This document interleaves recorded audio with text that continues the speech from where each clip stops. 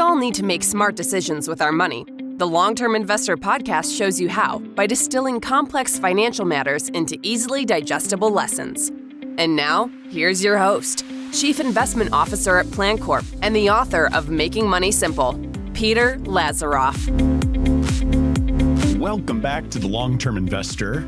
I'm Peter Lazaroff, and I just got done writing an email to a special group of people who have signed up to get email updates about my new book, The Perfect Portfolio. And when you sign up for these updates, you get a sneak peek of the book's outline as well as some early excerpts. And then I send updates every other Saturday. What's been really fun so far is that the feedback and engagement with subscribers has been off the charts. But the most surprising thing to me has been the interest in my chapter on bonds, as well as questions subscribers have about bonds in general.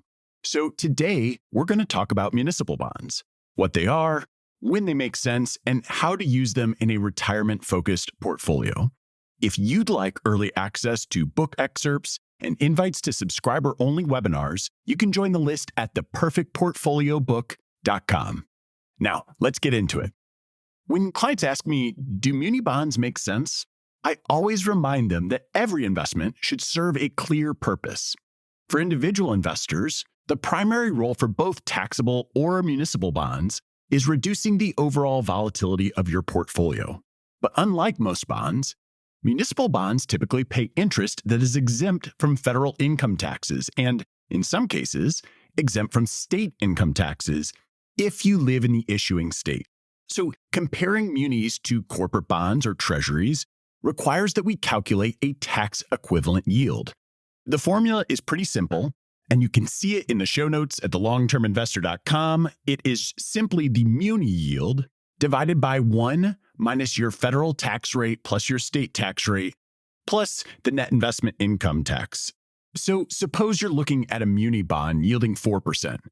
If you're in the top federal bracket, which is 37% for married couples filing jointly in 2025, plus the 3.8% net investment income tax, your total federal rate is 40.8%.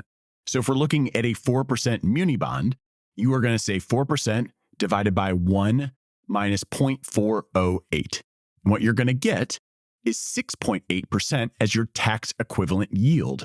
So that 4% muni is just as attractive as a 6.8% taxable bond for someone in the top federal bracket. Now, if we keep with that 4% example, the benefit grows once you account for state income taxes. And it's pretty meaningful whether you're in the top or second highest bracket. So if I were to look in Florida, for example, where there's no state tax, then that tax equivalent yield on a 4% bond is still going to be 6.8%.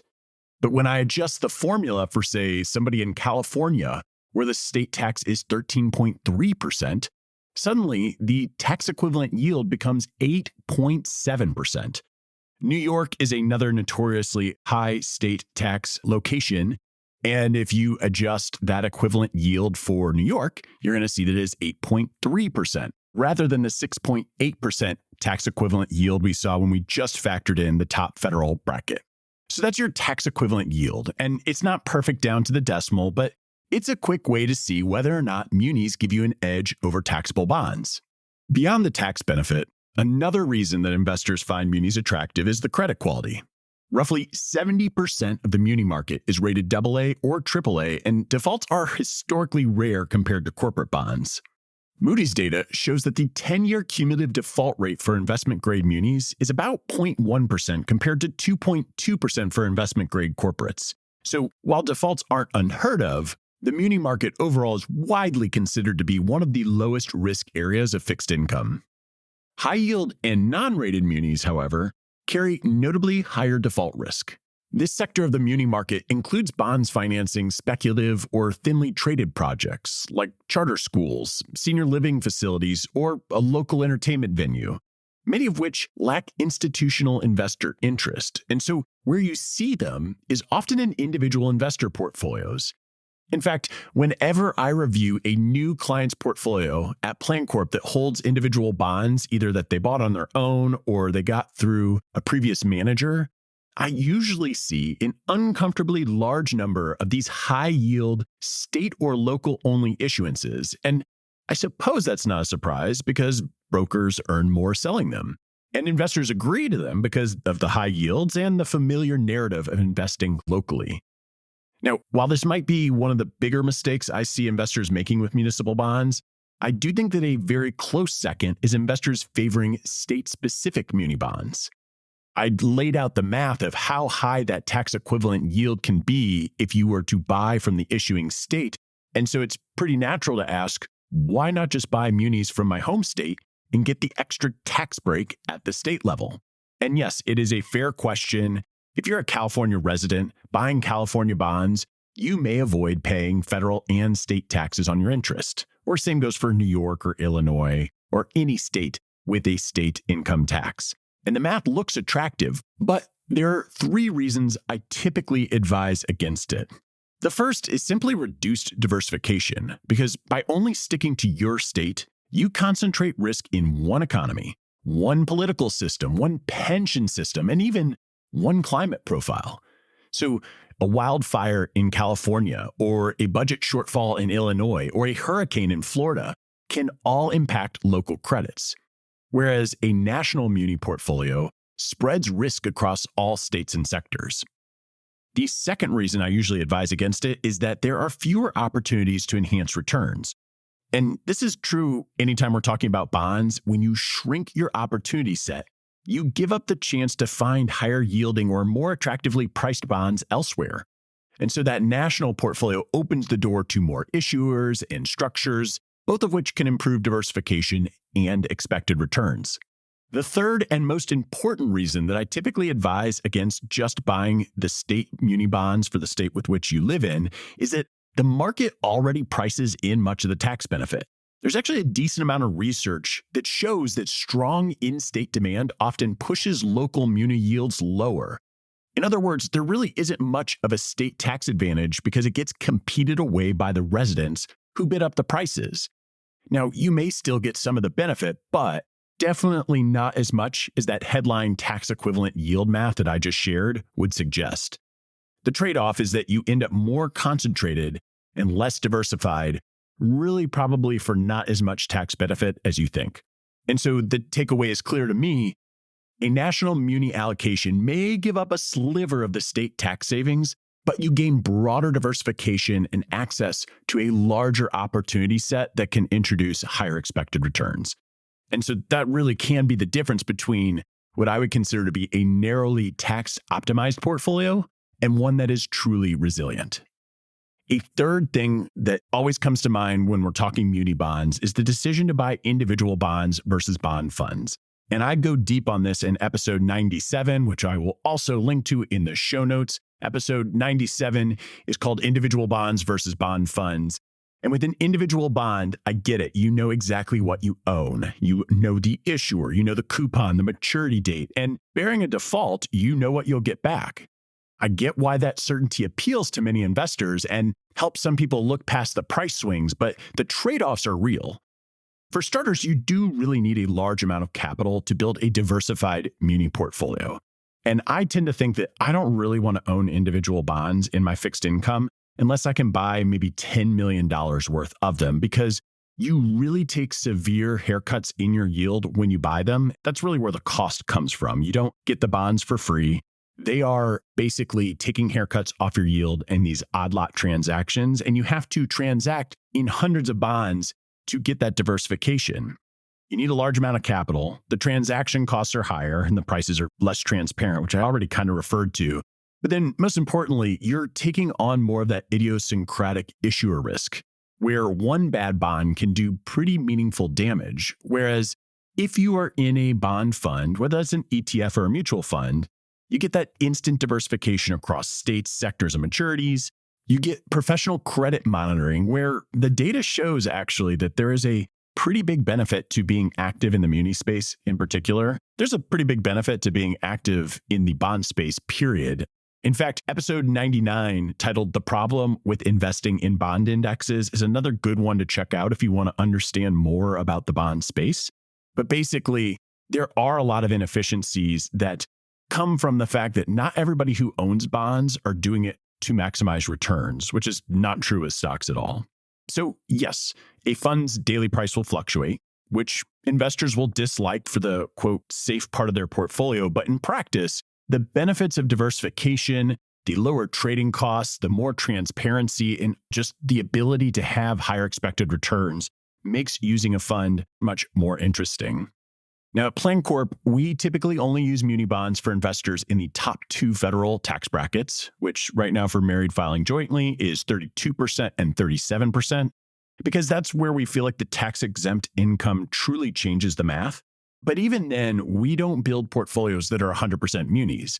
And the reason is the same logic that we would apply when avoiding state-specific funds. Because if we only do munis, we are really shrinking the opportunity set, and you give up chances to enhance after-tax returns and improve diversification. So we like to combine munis with other fixed income types, regardless of your tax bracket. We will own treasuries, corporates, securitized bonds, preserving this larger opportunity set and making the portfolio more resilient. Now, the other thing that I did mention briefly, and I'm now seeing here in my notes, so I guess I front ran the point a little bit here, is that yes, we do prefer actively managed muni funds. Bond indexes are not like stock indexes. So in stocks, the index weights companies by market cap, which tells you something meaningful about investor consensus. But in bonds, the index weights are based on amount of debt outstanding. And so that means that the most indebted issuers end up being the largest positions in the index. Not necessarily the safest or most attractive bonds, just the people with the most debt get the biggest weight. It's a little backwards for bonds relative to stocks.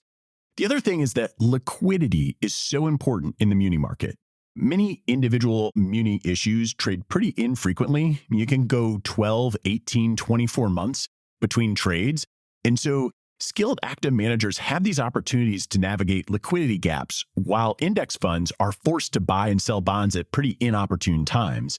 I think in general, and I mentioned the episode earlier, episode 99, titled The Problem with Investing in Bond Indexes, really can help you educate yourself on what I think is a pretty misunderstood part of bond investing. Whether you're implementing through mutual funds or ETFs, the principles with implementation in the muni space are pretty much the same. You want to focus on investment grade credit quality. You want to diversify across a broad national pool of issuers. You want to avoid concentrating 100% of your bond allocation in munis.